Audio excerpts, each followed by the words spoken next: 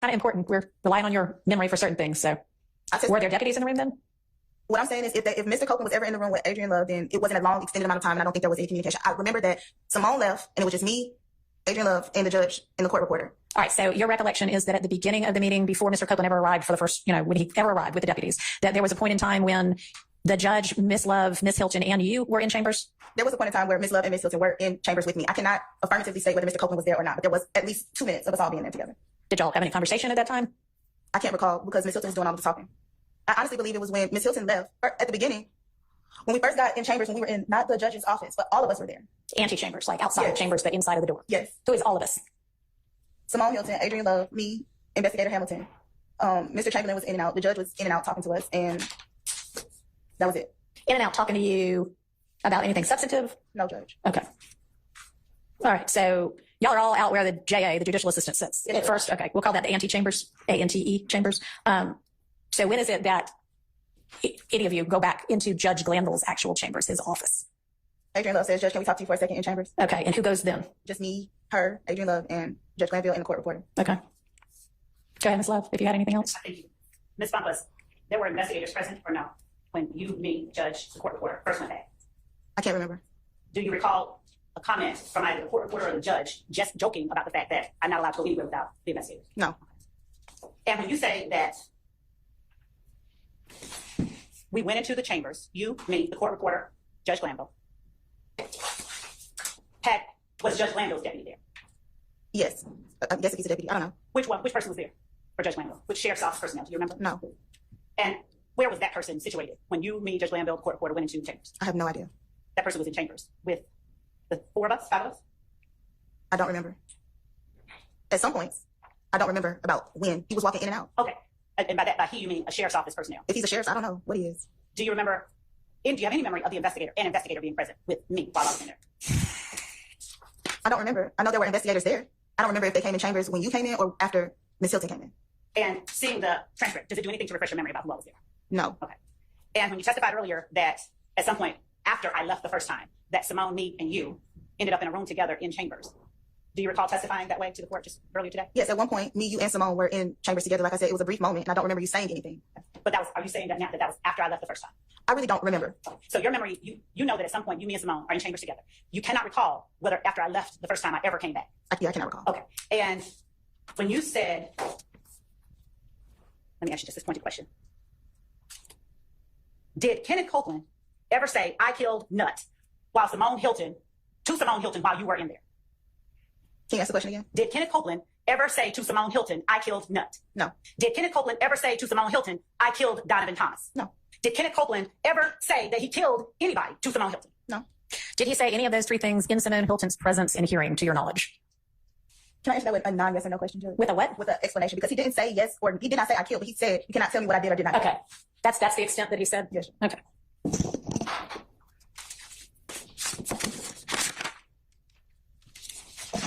When you spoke about someone asking the sheriff to turn off their body cameras, was that Ms. Hilton?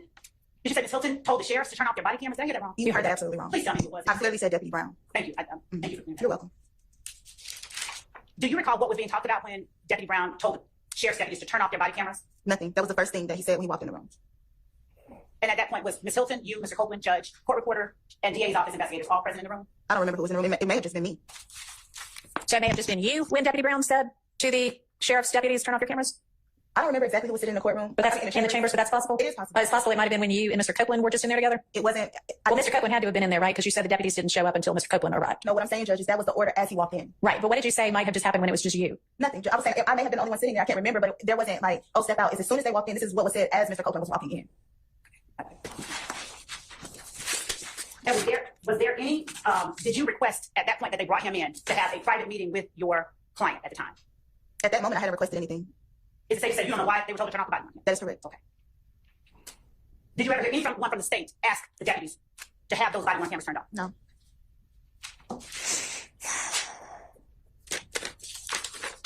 You testified earlier that Mr. Copeland said something akin to, I can claim all of this. Did I hear you right? Yes. Okay. And who was he talking to? Simone. Okay. And did you know, or did he ever make clear what all of this was that he was talking about? I believe he was referring to everything that... Wait, that's not the question. It wasn't what do you think he meant. It was, did he ever make clear? He said everything in his case. He said the words everything in this case. I don't know if those were his words verbatim, but that's what he said. Was the court reporter there when that happened? I don't know. This was an off the record conversation. Okay, so it was off the. So when what about his words? What words did he say that makes you now say that's what he said if you don't remember exactly how he put it? I said I don't remember his words verbatim, but I was there, and he said I can claim all of this. I can take all of this. I mean, that's what we were talking about. We were talking about this case. Okay, is what you just testified to the extent of the words that Mr. Copeland spoke regarding claiming something?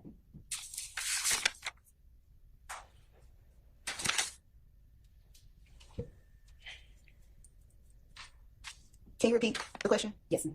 It's what you just testified about the extent of the words Mr. Copeland spoke about claiming something. I don't want to say that is a complete lead to the extent because he said it over and over. He said it various ways. He changed the way he said it. Do you recall what specifically was being discussed at each of the points that he said that? Specifically. Overruled. Specifically, not generally, not broadly. Specifically, what was being discussed at each of the points where he said, I can claim all of this. The whole conversation was about Donovan Thomas's unaliving. Are you familiar with any of the shootings that occurred after Donovan Thomas was killed? No. Okay. Are you aware or are you familiar with any allegations about any retaliatory events that occurred that the state considers a part of the Donovan Thomas shooting? No. At what point, what was being asked of Mr. Copeland when he made the statement that you testified, it's not just about me knowing that, it's about who was in the infinity? What was being asked of him when he said something like that? Nothing was being asked of him. Okay. Did he just sort of blurt it out on his own? Yes. Okay. And what he said was, I know something about that infinity that y'all don't know, and it got something to do with somebody who's not even on the case. Okay. Did he ever make clear what it was that he knew? Yeah. Ms. Hilton, in your presence. He wasn't given an opportunity to. But what do you mean? She continued to talk about what she was talking about. Okay. Did she ever tell him, don't talk to me about that? No. Did you ever hear him sort of interrupt her at any time? The whole conversation was them interrupting each other. Okay. So did he ever interrupt her to give her more information or to tell her what it was about the infinity that he knew? No. When you said, Adrian said, Judge, close your ears. Did you mean to say Adrian said, Judge, close your ears? You? Yeah. Yeah, you. Okay. At what point are you saying, does your memory tell you that I told the judge to close his ears? I don't really remember exactly what was saying. I don't know if it was you and Simone in there, but something about, we were having a conversation. Me, you, and Ms. Hilton were having a conversation about, I don't remember what we were talking about. And you said it, and then you said, Judge, close your ears.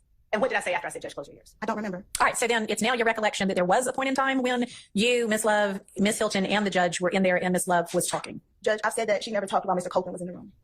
Okay. And you don't even remember really whether she was in there or not when Mr. Copeland was in the room. If she was, Ms. Love. it was very brief. But no. Okay. But you said before, I thought, that there was maybe a 2-minute time when you, Ms. Hilton, and Ms. Love were in a room together. Yes, that's what I'm referring to. Okay. So that was in front of also Judge Landville? Because you just said it was. I'm trying to get clarity. Here's the clarity. He wasn't at the table with us as normal. He was turned around on his computer, but still inside of his office. Okay.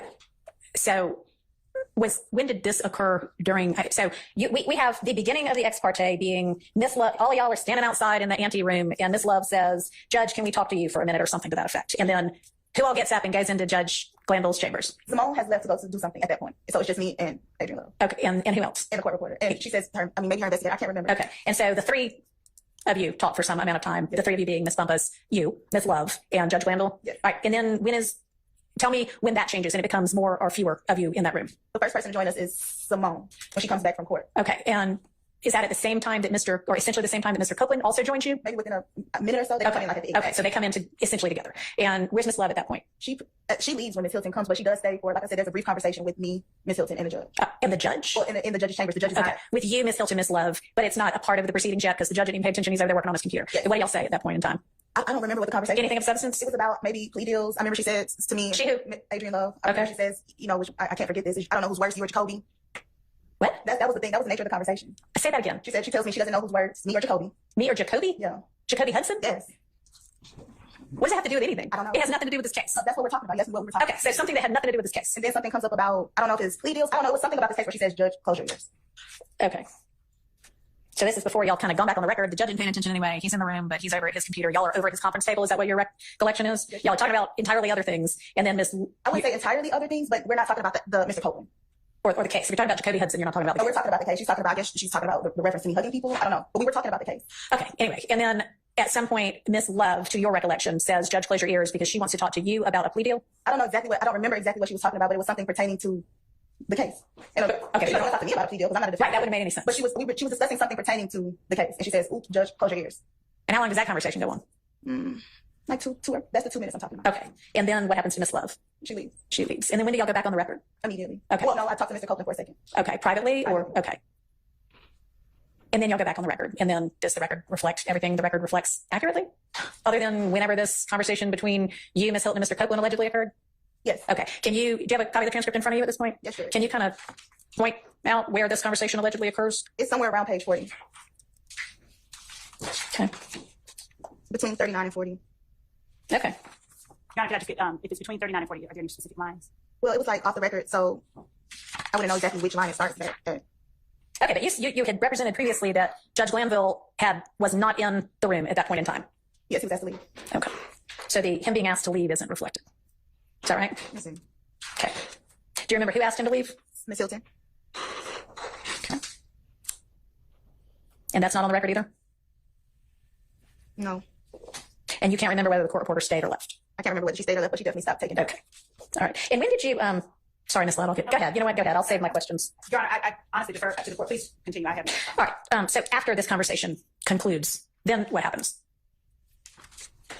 And by this conversation, I mean the conversation you referenced that is not reflected in the record, but that takes place between you, Mr. Copeland, and Ms. Hilton. What happens after that? But if it's not in the record, it's not going to be in the record. So you just tell me from your recollection what happens after that. That's probably towards the last 5 minutes of this meeting. Okay. And so we go back on the record, and So the conversation finishes. How does everybody get back in the room? And how is it that y'all go back on the record? Give me the details of that. she just we just finished the off the record conversation, and just Simone just says everybody can come back in, and then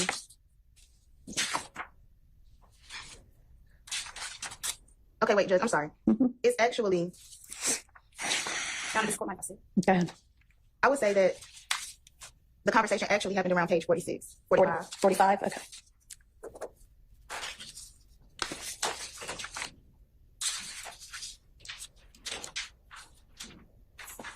And is that conversation, in fact, reflected on the record?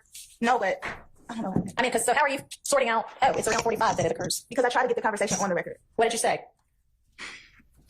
To get the conversation or to try to get the conversation on the record? I say,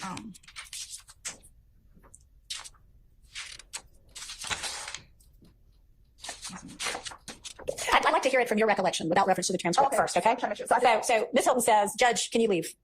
And at that point, do you say anything? Like, no, Judge, stay, or anything like that? No, she already told me in the hallway that she was going to ask the judge to leave and have a conversation with him. Okay. So show me where in the transcript y'all come back from the restroom break. Well, you want me to, you asked me to. Now I do want you to look at the transcript, yes. And-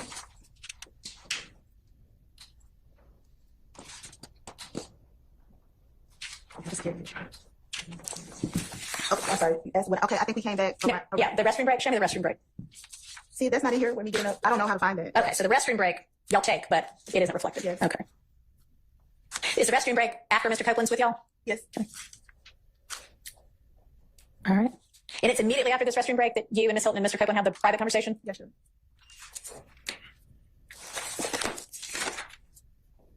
And Judge, you asked me a question earlier that I didn't get to answer. Okay, what's that? You asked me, can I, without looking at the transcript, tell you how I tried to get it back on the record? Yes. Can you give me a second before you answer? Because I'm looking for something in particular.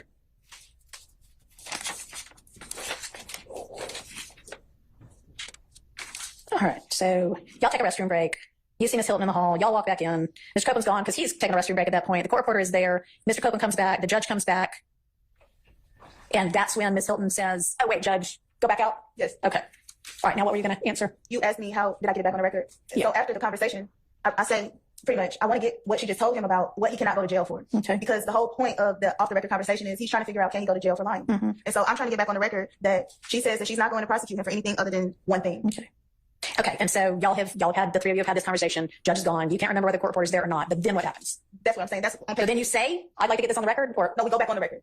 okay. So how does that occur? No, she just says let's go back on the record. Simone. So Ms. Hilton says, let's go back on the record. Yes. So you don't say, I want to get this on the record. No, I just do my best to get it on the record when we go back on record. It's in the Oh, I see what you mean. You're doing, you say, you don't mean, I'm really trying to get this on record. You mean Ms. Hilton says, all right, let's go back on the record. And then you try to like give a rendition of what occurred. Yes. Okay. And that is reflected where? on page 48. On page 48. Well, between 47 and 48. Okay.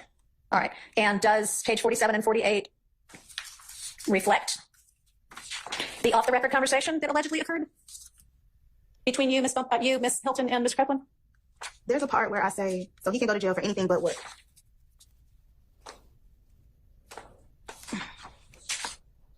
Okay.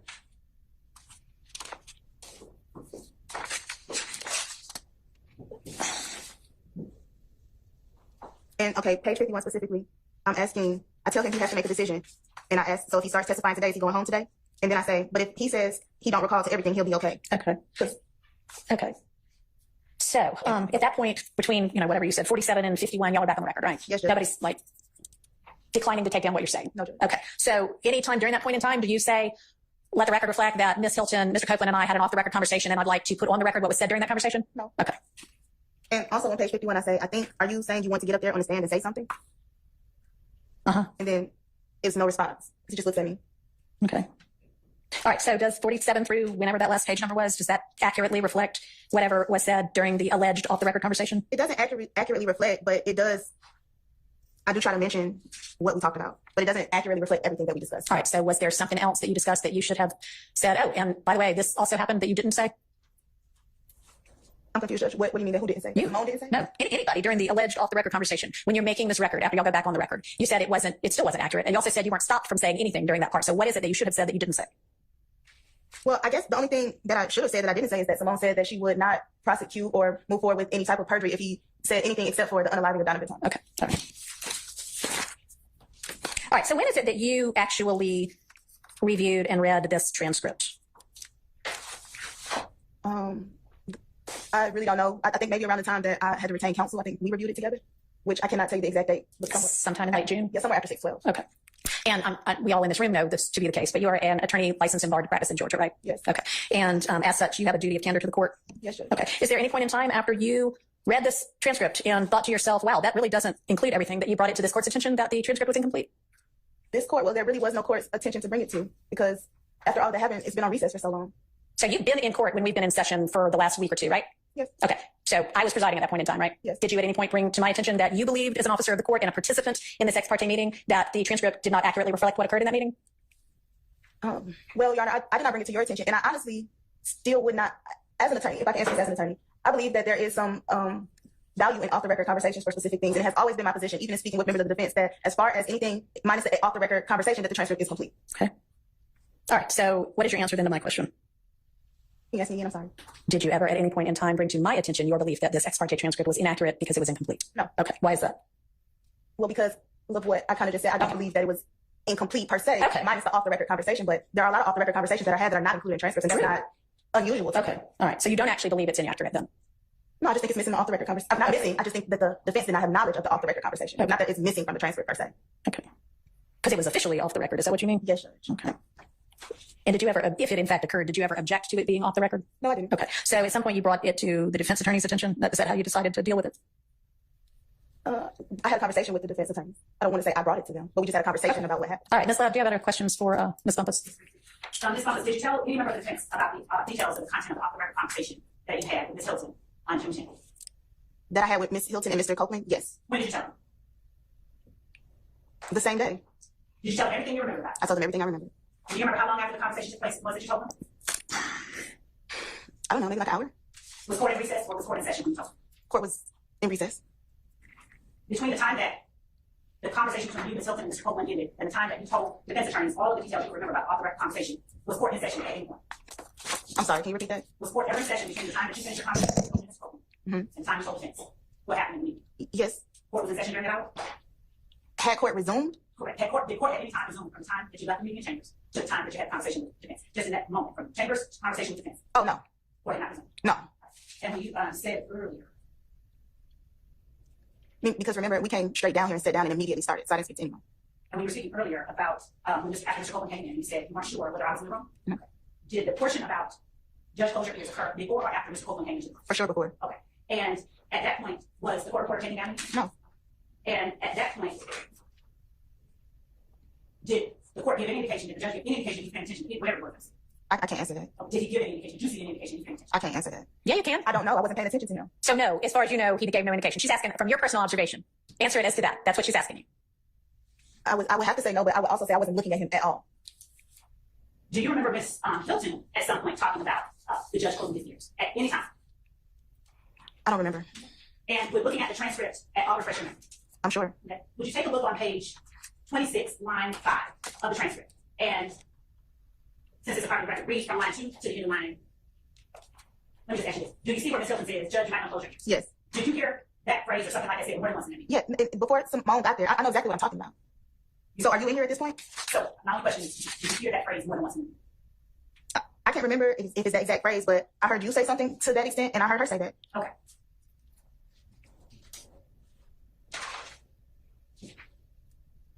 Were you the first person, to your knowledge, that brought to defense's attention that there was in fact a meeting in chambers? No. Who do you know? Do you have personal knowledge of who that person was? No. How did you know that you were not the first person who brought that to their attention? Because they asked me about the meeting. Did they give any commentary to you that led you to believe that they knew what was in the meeting? Yes. What did they tell you? Is it true that Sure. Yes, sustain. Can you be specific? Who specifically came up to you and asked you about the meeting in chambers? there were multiple attorneys that specifically talked to me at one time? Would you please apprise the court of the names of those multiple attorneys? Excuse me, objection, Your Honor. We're still far afield again of that limited subject matter that you asked me to stick to. Your Honor, as it pertains to Brady or whatever information, I think it's quite relevant. Who knew what and when, as it relates to what was said during the meeting? Okay, well, I don't know if it's relevant who revealed it, who revealed that a meeting occurred. Ms. Bumpus has said that, essentially, if I understand you correctly, that at some point during the day, immediately following the meeting, the day of the meeting, you had a conversation with some defense attorney or defense attorneys, and we can sort out who, where you relayed to them everything you knew and everything you recalled about what went on in the meeting, including the off-the-record conversations, right? Yes. Okay. You can figure out who that is now. Thank you. Who was it? Name the attorneys that you referred to just a moment ago. Just a moment ago with the question she asked me, Judge Weaver? Not with my eyes. I mean, it's the same topic, right? Okay, ask the question again. Which attorneys, by name, first came up to you and asked you about the meeting? See, Judge, that's two different questions. You can answer the question Ms. Love asked you. I don't recall, but I think Judge Glanville did judicial notice of me on camera. I don't recall. No, my only question to you is who first came up to you and asked you about the meeting? I don't recall everybody who was there. Who do you recall? I recall Attorney Steele and Attorney Adams, and I can't remember who was the other person. Do you remember how many How many? lawyers were there when Mr. Steele and Mr. Adams came up to you an hour after the meeting and asked you about it? How many lawyers were there? 3, I think. Do you recall seeing Mr. Sharp? Just throwing out names. At some point. So Mr. Sharp, Mr. Steele, and Mr. Adams, within an hour, is that accurate, of the meeting, came to you and talked to you about what happened in the meeting? I would say yes. Okay. Other than Mr. Sharp, anybody else you remember? No. And when they spoke with you, regardless of how they got it, did they share with you any details from the meeting? Yes. And what details did they give to you that they already had before you started talking? Objection. This is not. Sustained. Okay. Last couple of questions, Judge. Ms. Bumpus, when you agreed to represent Mr. Copeland, did you, during the course of the meeting that you had in chambers, did you ask questions of the prosecutors or of the judge about what the immunity statute meant or anything like that? Yes, I asked a lot of questions because I didn't realize until the end of the meeting what was actually going on. That information wasn't given to me. That's all. All right. So Ms. Bumpus, you knew to show up for court that Monday because Mr. Melnick had asked you to be stand-in counsel for Mr. Copeland, right? Yes, Judge. Okay. Are you representing that Mr. Melnick simply said that and nothing else? He didn't give you any background about what you were walking into? Well, what I'm representing is I was given specific instructions. And those instructions were, I'm standing in for him. If Mr. Copeland chooses to plead the fifth, which I anticipate he will do, then you won't have to do anything else. If he chooses to testify, we have agreed that he's discharging me. Okay. And I made that very clear to everybody multiple times that morning that that's what I was here to do. Okay. But you had no idea that there was an immunity order in place? No. Okay. All right. Does anybody from the defense side have follow-up questions for Ms. Bumpus? I have just a few, Your Honor. Okay. In your cross-examination, you said, quote, she says she is not going to prosecute him for anything other than that one thing, unquote. What is that one thing?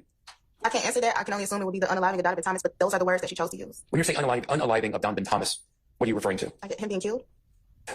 During cross-examination, Ms. Love asked you about some alleged retaliatory acts. Were those being discussed when Mr. Copeland repeatedly said, I can claim all of this, I can take all of this? Nothing was being discussed. What do you mean nothing was being discussed when Mr. Copeland said, I can claim all of this, I can take all of this? He said that on his own, and that's kind of how the conversation started. What was the subject matter being referred to when he said, I can claim all of this, I can take all of this? Donovan Thomas's murder. Okay. I have no further questions. Anybody else? While Mr. Steele's making his way up, just so I am clear on this, you're saying that or are you saying that in the off-the-record conversation that you, Mr. Copeland, and Ms. Hilton had, that Ms. Hilton told Mr. Copeland that the one thing she would prosecute him for perjury for was if he got on the stand and said that he, Mr. Copeland, was the one who killed Mr. Donovan Thomas? Yes, sure. Okay, and that she would prosecute him for perjury if he said that? I don't know if she exactly said would, but she was comparing it to things that she wouldn't. Okay. All right. So I guess more of a highly possible situation. That would be the one thing that could get him in criminal perjury type trouble. Okay, thank you. Go ahead, Mr. Steele. Thank you, Your Honor. I just want to do timing or sequencing you were asked about.